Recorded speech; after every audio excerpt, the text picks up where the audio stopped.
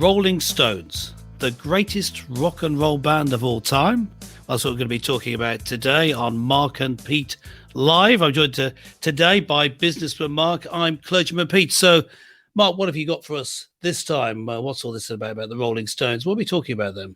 Well, the Rolling Stones, I thought are they were old. really the greatest rock and roll band of all time? Now, one of the Yeah. reasons that this is prompted, of course, we've seen the sad news that Charlie Watts, who was the drummer of the Rolling Stones, has sadly died at the age of 80 years of age.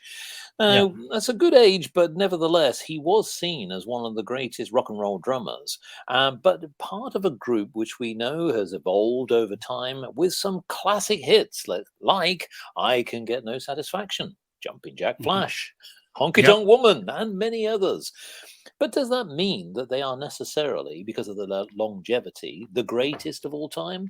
Well, that's what we want to debate. Now, I have a point here, which is I think in their early days, they were fantastic. I think they rivaled the Beatles at the time, as was often positioned in the media. But what I think is crucial, and this is where we come with the business angle, folks, I think they were very clever commercially. And that's what I want to bring up. Mm-hmm. Yes, well, yeah, the Rolling Stones was popular from, I guess, for quite a long time, weren't they? 60s onwards, I guess. Indeed. So you're talking about a band that spans quite a lot of time, and during that time, they did Mark impinge on my consciousness, even though I'm not a fan generally of pop music. But what I noticed is, so coming at this from a Christian worldview point of view, as being the clergyman here, I think that, obviously entertainment's good. It's good that they brought joy to people through their music, but I think that their rather chaotic lifestyle, at least for some of them, maybe all of them to some extent, and at least in the early part of their career, I don't think that was a good thing. I think they were, they were part of a whole cultural shift in which taking drugs. Not that they were shooting up on stage, but you know what I mean. They were open about taking drugs, and also certain attitudes to sex, thinking of what was seen as the scandals of Bill Wyman's private life back in the day. He played some sort of stringed instrument in the band, didn't he? You can tell you're not the expert. The general attitude, I'm not the expert, folks. So the general attitude, I thought was, part of that breakup of traditional values, which I think is a shame. But I don't think they can be blamed for that. But that doesn't mean that they reach greatness to me. Well, let me give you my view on their artistic achievements. Yes. I thought in the early days. Go ahead. So the thing that, let's set the scene, 1960s unfold, the Beatles take the world by storm. And what's remarkable is that Decca, the music publisher at the time, had actually turned down the Beatles famously. So they needed something to redeem themselves. And they signed, of course, the Rolling Stones. Now, Mick Jagger, Keith Richards, and others formed this group, which was primarily more of a rock and roll rebel group. Had many, many hits, some of which I've already highlighted. But what I think was very good is that they brought a style which got back to that sort of rhythm and blues rock and roll style, which actually worked very, very well as a sort of antidote to the Beatles, who were very much more of the harmonious style that we all know and love.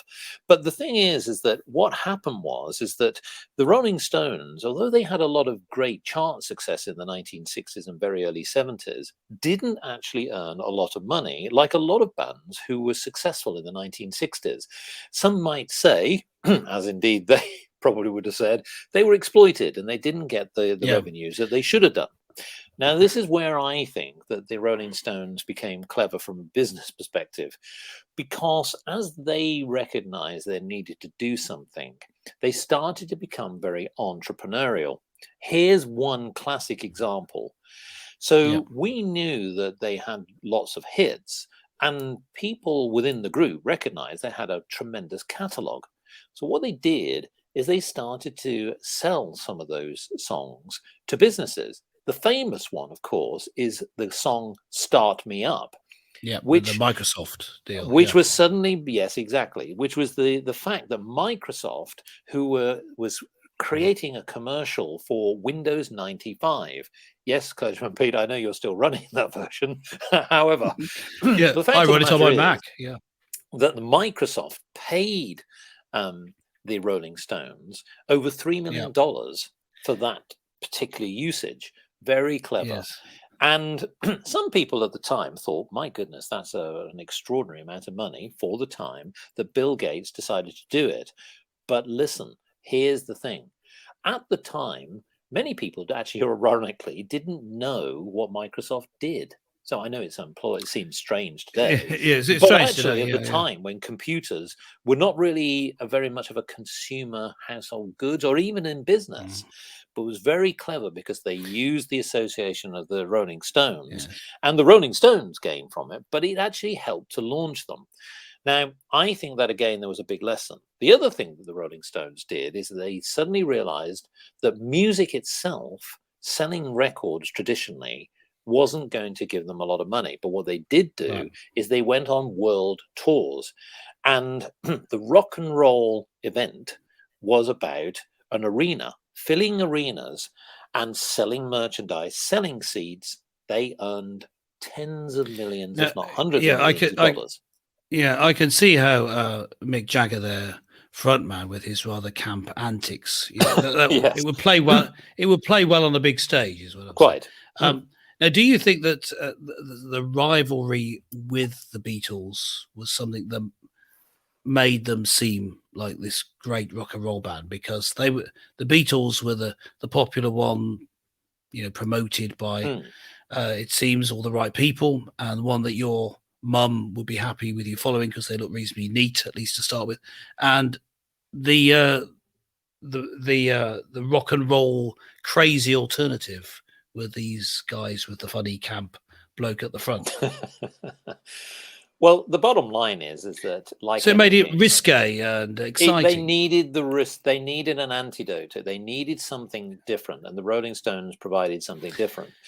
And I think that what was interesting as well, you mentioned about Mick Jagger, he was a very provocative frontman.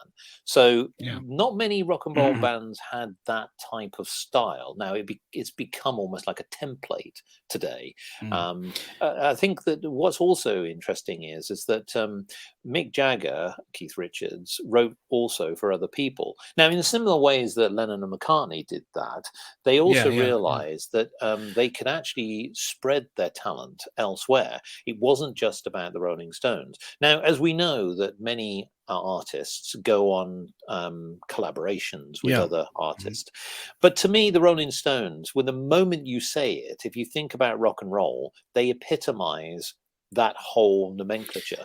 And that's why I think that it's not just about the longevity. I think that critically, that I still think, this is just my personal view, the early music was better than the later music. I think they perhaps didn't. But here's a question then. Now, if it's not the Rolling Stones as the greatest rock and roll band of all time, well, who is it then? Well, is it ABBA? They're not exactly rock and well, roll. you see, we talked about this in a recent podcast because many people would say, well, ABBA was more of a pop group as opposed to a rock and roll group. Not really rock and roll. No, because so who's the greatest most people define. Well, I still think this is my view. I think that if you take it purely on merit for the first 10 years, it's definitely the Rolling Stones. Yes. If you think about purely longevity of catalog, if I was to be somehow stranded on a desert island thinking I can only listen to one rock and roll group, I would listen to U2. I don't mean you. Oh, you too. Because that would be terrible.